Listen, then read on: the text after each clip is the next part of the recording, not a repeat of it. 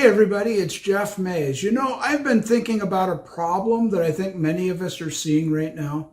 And the problem's not anything that we've seen before. It's unique, it's different. It's something that's the result of the past couple of years of experience that many of us have had. I think it's important to understand the problem so that we can fix it. And it's not that easy to understand if you look at it just from the results that are happening. Let's talk about the problem. The problem is there may be people that you work with, that you work around, that are team members of yours in your business who are not performing the same way they did prior than 2 years ago. It's not that uncommon. It might even be you. You might be finding yourself not doing the things you already know how to do. I think many of us had a big change over the course of the last 2 years that has been, it's been difficult because we've never had anything like that happen before. So how do we start to understand that? And then how do we start to change that so we can get back to where we were, or better yet, go beyond where we were before and continue into growth and exponential results? That's what we really want, right? We want to be better than we were before. We want to grow our business. We want to grow our teams. We want to make things move and function more effectively. But there's this other stuff happening. And it might be that, people working from home still. There may be people who are having a hard time still adapting to that, and they can't quite get their work, their family, their free time, and all those things that happen when you work from home, they still can't quite get them right. Not uncommon, I think. So what do you think about this? Do you think you're having a result that has changed in the past few years? I think I can think of several things right off the top of my head. I used to journal, and I used to journal almost every day, and I'd write down my successes, I'd write down my failures, I'd write down what I wanted to do the next day in order to be better than I was today. That habit was pretty much instilled in me for many, many years prior to that change, that shock that happened a couple years ago. And I was looking back on my journal over the weekend, and I was looking, and I've been journaling for the last few months, but I hadn't really looked at the middle. And I went back and looked in the middle of it, and I see that gap. It was almost a year. It was from February till January of 2021. And something happened. I guess I gave up.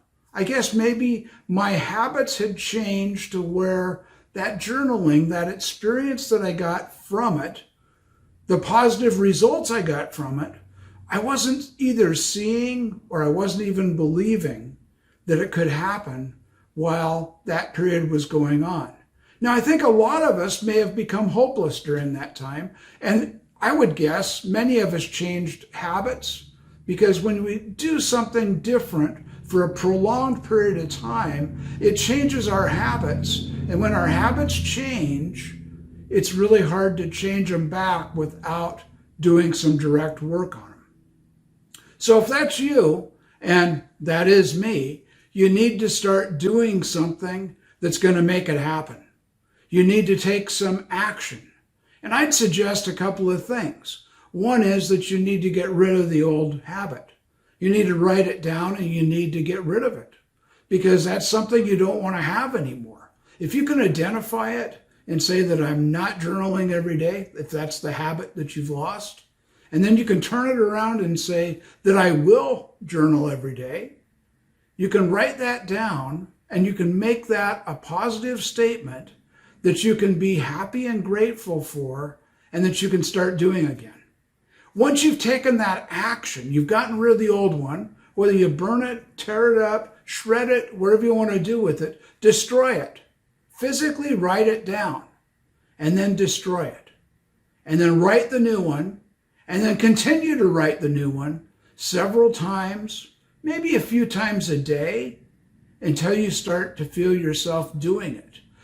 We can't believe in doing something until we actually start it. We can't actually do something in our minds without having a thought. There's a very basic little model. It's called the stick person. It's something I love, but it basically says that you take in your thoughts, you take in that input from your senses, and you bring it into your mind. Your subconscious is where your habits are stored. You let it mull it over a little bit, and then you move into action with your body, and that takes feelings. It makes the feelings in your body, and then you take the action on the outside world, and that creates the reaction. So when we talk about this basic little idea of starting something new, whether it's writing down a bad habit and getting rid of it, or it's writing down an action that you're doing that you don't want to do it today. Write that down, get a new idea in your mind of what you want to do, and write that down, and then write it down every day. If you start that little new thing that you want to do with the phrase, I'm so happy and grateful, you move your mind into a state of gratitude. And it's only when you're in the state of gratitude that you can really receive. It's a funny thing. We're taught as little kids that in order to give, you'll feel better.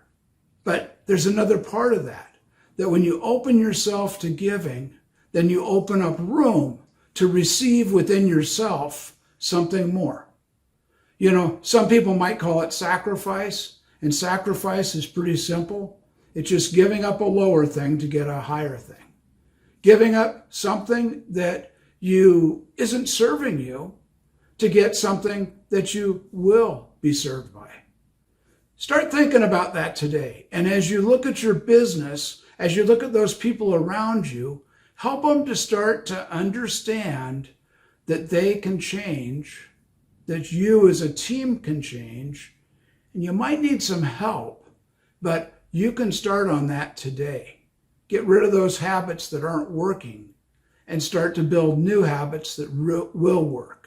I think that's a really important lesson for today, and I'm really happy that you took this time to listen with me and talk about this. If you have more questions, feel free to contact me.